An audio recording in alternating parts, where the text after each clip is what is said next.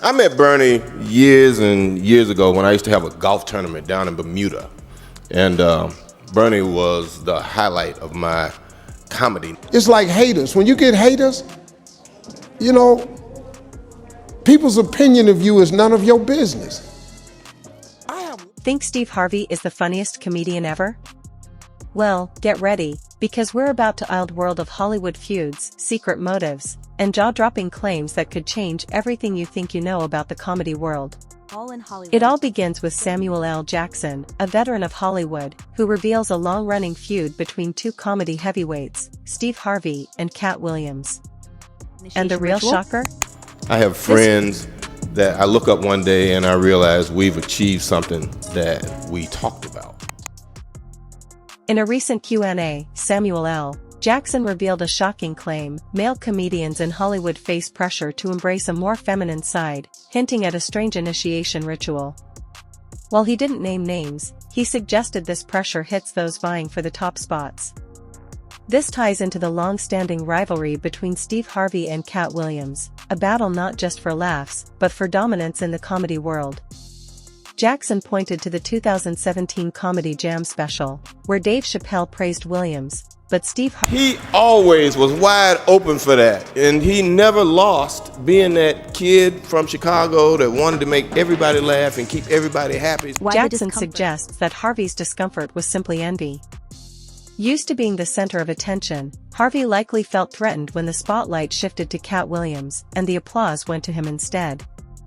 To reclaim the focus, Harvey tried to steer the conversation back to himself, nervously saying, "I'm nervous as hell right now." When I came to Chicago and I was doing Negotiator, Bernie took care of me. He took me out to play golf. As Dave Chappelle continued to praise Katt Williams, Steve Harvey tried to redirect attention by subtly asking, "When have you ever seen this many heavy hitters in the same room?" This move, seen by insiders as an attempt to steal the spotlight, was viewed as unprofessional. Many felt Harvey, as a veteran, should have acknowledged Williams' success before shifting focus, but instead, his actions seemed driven by jealousy. So I don't give them no energy. I give haters no energy. Steve ain't this, he think he this. You don't even know. Cedric the Entertainer also made a move that night. While Dave Chappelle praised Williams, Cedric nervously chuckled, impatient for the moment to end. When Harvey tried to shift the focus, Cedric added a loud, "Yeah, signaling it was time to move on." His subtle actions raised questions about his true feelings. Years later, Katt Williams called out both Harvey and Cedric in a Club Shay interview, asking why they undermined his success. So I just keep going through. But then I'll tell you something too, haters motivate me. Because when they talking about me, that means I'm doing something. According to Samuel L. Jackson, the real issue was fear, not physical fear, but the fear of being overshadowed. Jackson claimed that Harvey, in particular, was terrified of Williams. He suggested that Harvey's nervousness wasn't just for show, but stemmed from a genuine fear that Williams would steal the spotlight, expose industry secrets, or even take over the narrative. Harvey's anxiety was clear. That you get off stage. I need you to understand that that's your final time as the king of comedy. Jackson's revelation highlights a deeper power struggle. It's not just about rivalry, but a fight for dominance, with Williams' raw talent threatening the established order. Williams has hinted at this imbalance in interviews, recalling moments where he outshone his rivals. One such incident was the 2008 Comedy Championship, where Williams allegedly dominated Steve Harvey, leaving him exposed and shaken. Illuminati at our own detriment. When people are against the Illuminati, then they get punched in the face all the time. The press hates them. Nobody Williams reportedly mocked Harvey's hairline, suggesting he wore a wig, attacking his iconic image. Although it's unclear how Harvey felt at the time, his later switch to a clean-shaven look is often linked to Williams' teasing. This shift from a crafted persona to a more natural appearance hints at a deeper change in Harvey's self-perception. I don't want you to think I don't like people. I like people fine. I just don't like people that sell people but then can't tell them. Williams claims his words had such a strong effect on Harvey that it led the veteran comedian to step away from stand-up. He suggests that Harvey couldn't face his audience after their confrontation, unable to handle the humiliation and loss of his carefully built image. If Williams' account is true, it could explain Harvey's nervousness whenever Williams is around. After all, who would feel comfortable with the person? Talked about how there was almost another tour. Right. But there was essentially a beef between Bernie Mac and Steve Harvey? Yes. Harvey's nervousness at the 2017 Comedy Jam wasn't just about being overshadowed, it reminded him of his stand-up career being derailed by Williams' harsh comments. The tension reflected past wounds. Meanwhile, Cedric the Entertainer was accused by Williams of stealing one of his key jokes, which launched his career. Cedric allegedly took the joke after seeing Williams perform it and used it as his own. Williams also criticized Cedric's talents, calling him talentless. He further accused Cedric, Harvey, and Ricky Smiley of conspiring against Bernie Mac, believing they secretly... That the beef between Bernie Mac and Steve Harvey was because Steve Harvey was getting a lot of network love during the time and Bernie Mac not so much? Yeah, and then Bernie started to get it. Williams claimed that producers initially planned for Bernie Mac to open the Kings of Comedy show, but later moved his set to the end, believing it was the best. DJ Lover, a close friend of Bernie, confirmed this and recalled Bernie telling him about Harvey trying to sabotage him, including attempting to get him removed from Ocean's 11. Lover's support of Bernie's claims adds credibility to Williams' accusation. You wish you would have stayed, kept it together, could have kept it together a couple. We tried everything, but as more stories surface, it seems a small group of comedians used their power to suppress others, stealing jokes, manipulating situations, and claiming roles that weren't theirs. While many stayed silent, outspoken comedians like Williams revealed the truth, which likely explains why Harvey and his circle felt threatened by him. When he was on the talk show he had, and he did all my Halloween material. Williams isn't the only one accusing Harvey of stealing jokes. Mark Curry also claimed Harvey took one of his jokes from his 1999 special. Harvey denied it, challenging Curry to prove the theft, saying, "I've never stolen a joke in 35 years. Come to me like a man."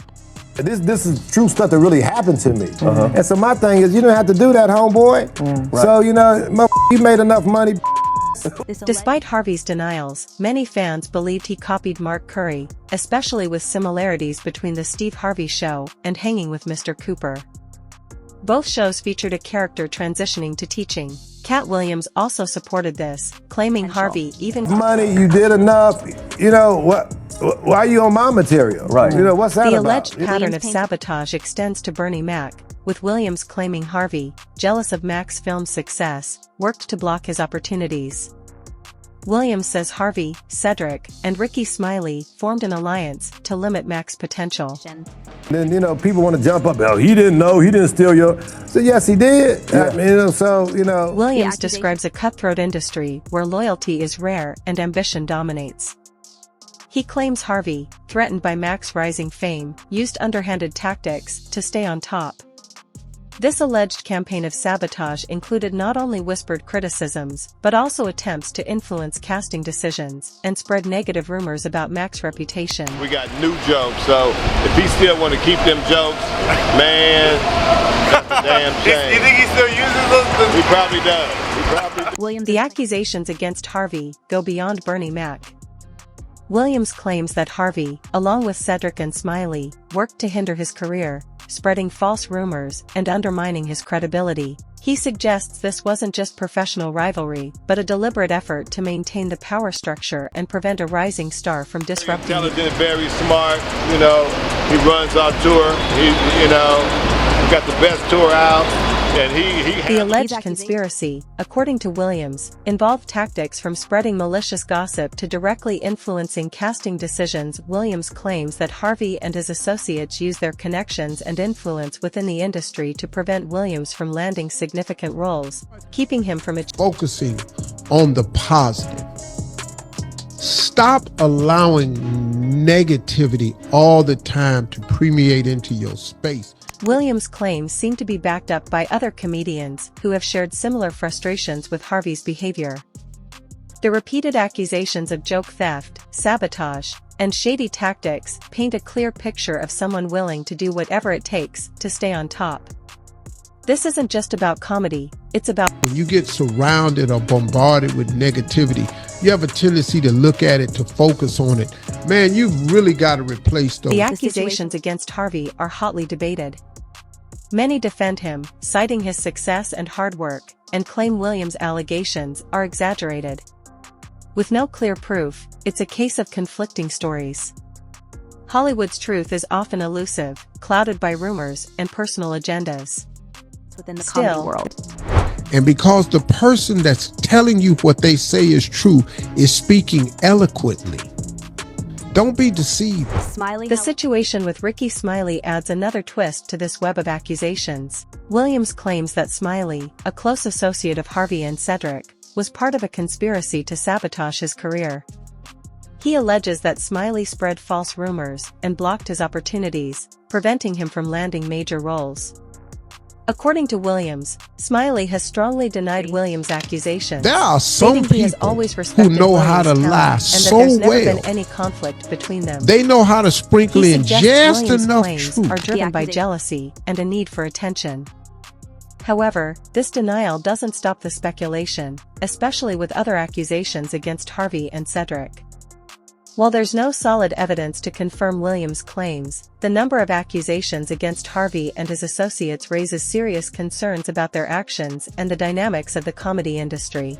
The same Steve that went to go watch Mark Curry do his whole sitcom and then stole everything Mark Curry had.